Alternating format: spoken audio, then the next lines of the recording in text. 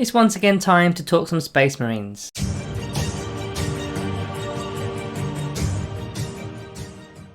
Hello and welcome back to the channel. We're jumping back into the Space Marine Codex for another review. This time we're looking at the Tactical Squad, one of the classic units for the Space Marine Force. Let's jump straight into the datasheet. If you're taking a min unit of 5, it's going to be costing you 5 power level or 18 points per model, which will come out at 90 points. And that's of course before any upgrades are taken, which we'll go over in the weapons section. As for the stat line, very standard Marine stats here. Movement 6-inch, weapon skill 3+, ballistic skill 3+, strength 4, toughness 4, wounds 2, attacks 1, leadership 7 and 3+ save. So of course when the 9th edition dropped, these guys did get an additional wound, bringing them up to speed with the Primaris units, which was much needed. So if you are taking more than 5 models, you can take up to 10 of them, but the power rating will go up to 10. So in terms of the war gear for each model, they're equipped with a bolt pistol, a bolt gun and a frag and crack grenade. So all the basic weaponry here. These kind of weapons have been in the Space Marine Codex for donkey's years now, but the main weapon you're looking at here is the bolt gun, 24-inch range, rapid fire 1, strength 4, no AP, 1 damage. We'll come back to that in the ability section, but let's get on to the bulk of the video, which will be the actual war gear options, because there's quite a few options here. First we're going to be talking about the sergeant within the units. Now not only is the sergeant going to be getting an additional attack and an extra bit of leadership, he's also got his own personal options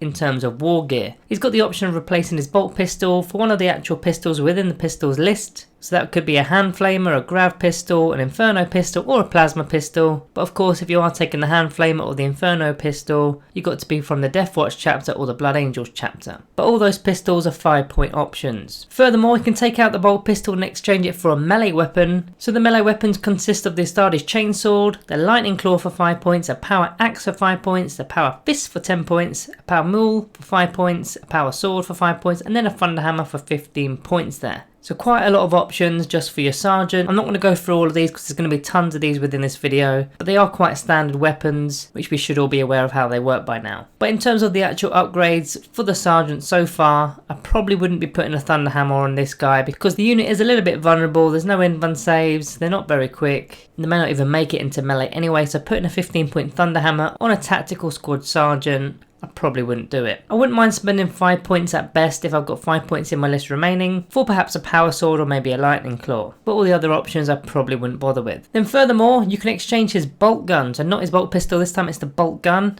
And you can exchange it for one of the combi weapons. So you've got the combi flamer, the combi grav, the combi melter, the combi plasma, or a storm bolter, which I always forget is a combi weapon, but the likelihood is you're not going to be choosing that one. So it's going to be one of those combi weapons for 10 points. Now I probably would take one of these if I'm honest, because firing at range is a lot more easier to achieve than actually getting into combat with a melee weapon. And some of these options are pretty decent. It just depends on what chapter you play and where you're going to be positioning this unit. I mean, maybe they're going to go in a transport, so the combi melter option could be really useful, or maybe they're going to be sitting back and maybe a combi flamer will be good, because if you're camping on an objective and you're going to be getting charged, an auto hitting flamer could be pretty decent. But again, I would only use this kind of upgrade if I've got the spare points. I wouldn't specifically go after one of these unless I had nothing else to spend it on. Again, he can take one of the pistol options for his bolt gun this time. So from the first bullet point you could take a melee weapon, and then exchanging his bolt gun for a pistol weapon. We've already gone through those, all 5-point upgrades there. And that also applies with the melee weapons, we've already gone through those. So now in terms of the rest of the unit. Now if the unit contains 9 or fewer models, then one Space Marine bolt gun can be replaced with one of the following. So it can either be a weapon from the heavy list or a weapon from the special weapons list. So we'll go through the heavy weapons list. These are all getting a little bit pricey now. So you can see the prices down the right hand side. I'm just going to list off the actual weapons. You've got the grav cannon, the heavy bolter, the heavy flamer. That's if you're Death Watch or Blood Angels.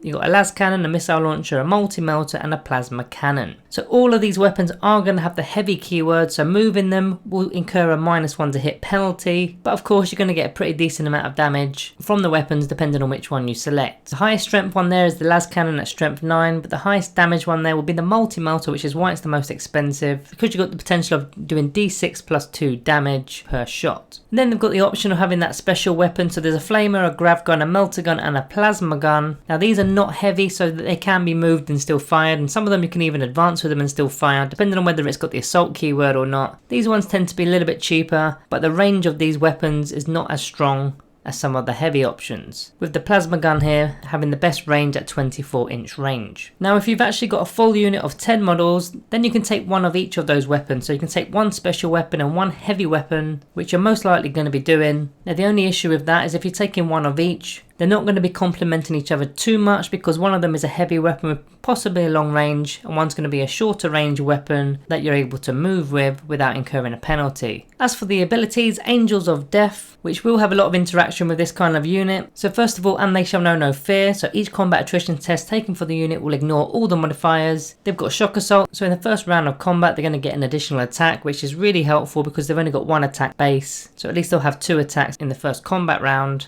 They've got the combat doctrines, so depending on which battle round it is, you're going to get an extra AP to the weapon. Now the standard weapons are no AP weapons, so at least they can go to a -1 weapon in the tactical doctrine. But the main ability of note here is bolter discipline. So when you're firing your rapid fire weapons that are bolt weapons, you can make double the amount of shots if the following apply. So if the unit's within half range, of course, which would be 12-inch range, they can fire double shots. But also if they're an infantry model and they remain stationary, they can also fire double shots. So that'll be at full 24-inch range, firing the double shots there. And then the last ability there is Combat Squad. So when you take a unit of 10 of them, during deployment you can split them into 2 units of 5, with the sergeant being in one of the units of course, and they'll be complete separate units from that point onwards. So you've got double objectives secured with 2 different units. They can completely go in different directions, or they can just stay as one unit. You don't have to combat squad them, but it just gives you a little bit of flexibility once you've seen your opponent's list. Then the final part of the data sheet is the actual faction keyword. So these guys can go in any chapter of course. They've got the core keyword and they've got the melter bombs keyword, which will interact with a stratagem, which is done in the fight phase. When they're selected to fight, you select one model within the unit, and that model can make only one single attack this phase, which isn't that bad because they've only got 1 attack space anyway. And they must target an enemy vehicle with that attack, and if a hit is scored, which is likely a 3+, then the unit will suffer 2d3 mortal wounds and the attack sequence ends. So an average of 4 mortal wounds on a vehicle for 1 command point, which is pretty decent. Then they've got a few strategic ploy stratagems available. So they've got the steady advance stratagem for 2 command points. Done in the movement phase, you select an infantry unit that has made a move. Until the end of the turn, the unit is considered to have remained stationary. So that's good for 2 reasons. Firstly, as we mentioned already, the bolter discipline requires you to stay stationary to fire double shots at full 24-inch range. But also for the heavy weapons, because if you move with heavy weapons it will incur a -1 to hit penalty, whereas with this stratagem you can move your heavy weapon and they will be considered to have remained stationary there. Then the second one, which is uncompromising fire for 2 command points again. This one's in the shooting phase for an infantry unit. While they're performing an action, they can still shoot this phase without it failing, which is pretty massive for your secondary objectives at the moment, which is obviously a key part of match play. Then you've got 2 war gear stratagems that are going to relate to some of the upgrade options. The first one is Hellfire Shells for 1 command point. When an infantry model from the unit shoots with a heavy bolter, which is one of the heavy options that you can take with one of the models, they can make 1 single attack with the weapon, and if a hit is scored, the target suffers d3 mortal wounds, and if it's against a monster, it's going to be a flat 3 instead of d3. Then the flak missile for 1 command point kind of works in the exact same way. This time if you're taking a missile launcher, again you do the exact same thing, you make 1 single attack with that missile launcher model, and if you score a hit, the target will suffer 2d3 mortal wounds and the attack sequence ends. So again, it's going to be an average of 4 mortal wounds, so there's no rolling to wound and there's no potential in-run saves and whatnot. It's just going straight to mortal wounds there. Then the final one of note is the Auspex scan. I probably wouldn't use it on this unit if I'm honest, but we'll mention it anyway just in case it comes up. It's 2 command points. When an opponent is coming in from the reinforcement step of their movement phase, you select an infantry unit that is not within engagement range of other enemy units, and then your unit can shoot as if it was your own shooting phase at a target that's coming in from reserves that is within 12 inches. So it gives you a free shooting phase for the single unit there, but as I mentioned, I probably wouldn't use it on this one. You've only got 2 or 3 at best special or heavy weapons within this unit, whereas if you use it on another unit such as a Devastator unit for example, you're going to have a full unit firing their good weapons there. It all depends on where your opponent comes in of course.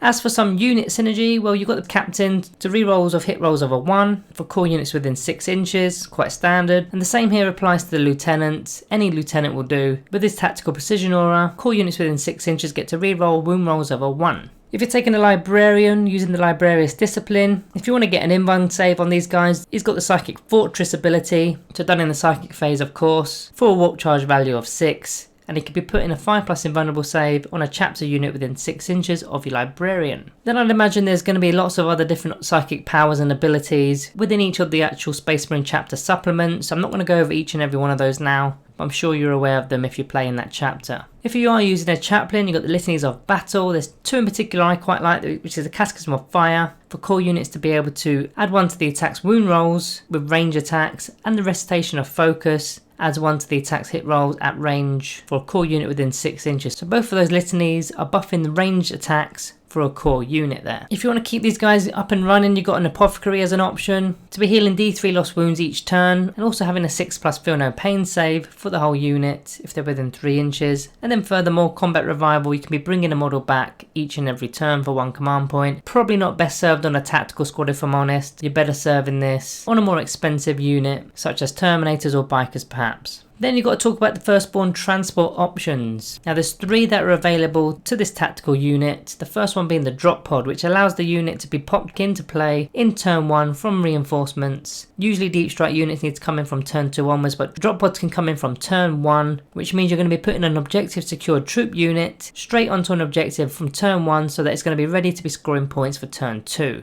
Or you've then got the option of a Rhino, which is a 10 wound tank which moves 12 inches, so you keep your guys inside it. And this Rhino can get you up the board onto an objective, but with a little bit more resiliency because they're not going to be able to be targeted. So once they get onto an objective, it's going to be really hard to get them off it because they've got to go through the Rhino first. And very similarly, you've got the Razorback, which is also 10 wounds and it moves 12 inches as well. But this one has a little bit more options in terms of its war gear. It starts off with a twin heavy bolter, but it can take a twin las cannon, a twin assault cannon for example. So it's got a little bit of firepower as well as the transport option. In terms of actual chapters that are synergizing with this tactical unit, well, they kind of synergize with all of them if I'm honest, because these guys can pretty much do everything. I'd call them the jack of all trades in terms of the troop options. I personally would have them staying back and shooting, but as we've already seen with those transport options, they can be quite an alpha strike unit as well. Get them up the board, get them on an objective to camp further up the field. So they can be used in a chapter that's more melee driven. They're probably better served in a shooty chapter such as Dark Angels for example. When they stay stationary, they're going to get a +1 to the hit rolls. It means that they're not going to need a captain to be buffing those rolls. Or Imperial Fist, because they're going to synergize very well with bolter guns, because 6 is the hit will give you additional hits. Salamanders have got a lot of synergy with flamer and melter weapons, and Ultramarines can simply fall back and fire. But overall, any of these chapters can work pretty well. It just depends on what you're playing there. So let's get on with the summary then. Starting with the good, there's quite a lot of points for the good and the bad here, so bear with me. So they're usable in virtually any chapter as mentioned. Whether it's a melee based chapter, whether it's a shooty chapter, they're still going to work out pretty fine. They're very good competition for your intercessors. They've just got different loadouts. They've got the options of the heavy and the special weapons, as well as the combi weapon on the sergeant, don't forget. It's very easy to forget that you can get a sergeant with a combi weapon, which is definitely something you want to be doing if you want to be putting extra weapons on this unit. You've got the option of the firstborn transports, which are exclusive to these guys in terms of the troop options, because all the other ones are Primaris models, so they need to go in the impulsors as opposed to the Rhinos and Razorbacks. Talking of those transports, as mentioned, if you're using the drop pod, you can get onto an objective turn 1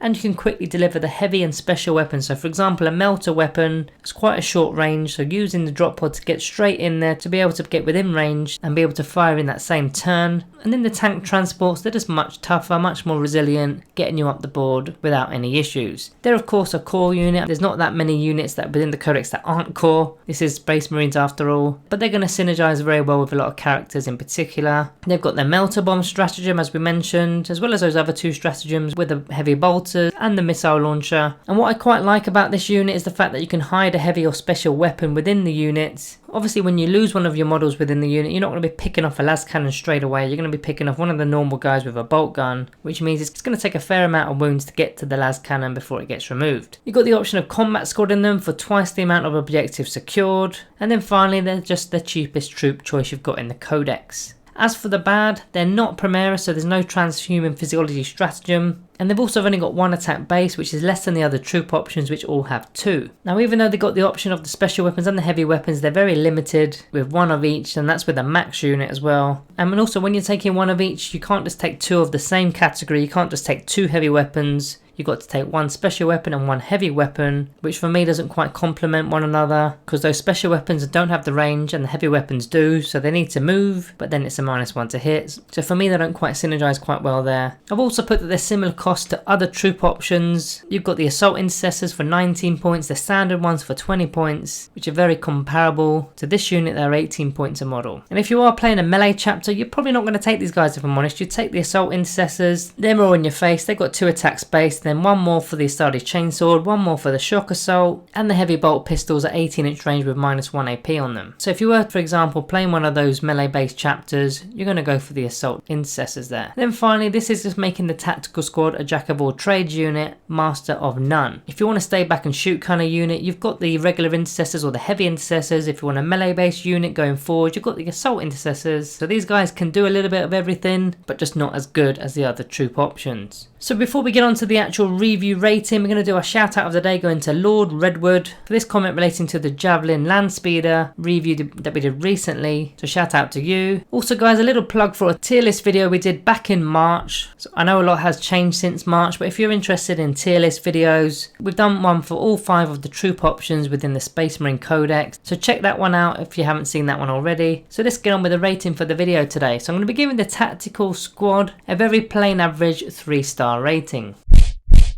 I just think I'd probably take the Intercessors over these guys, partly because they're newer models. I do like the bolt gun options that those regular Intercessors have. So guys, what would you give these guys and why? Let me know in the comments, and also put down which chapter you're playing with them as well, just for reference. Remember to subscribe and all that good stuff. Thank you all for watching, and I'll see you next time.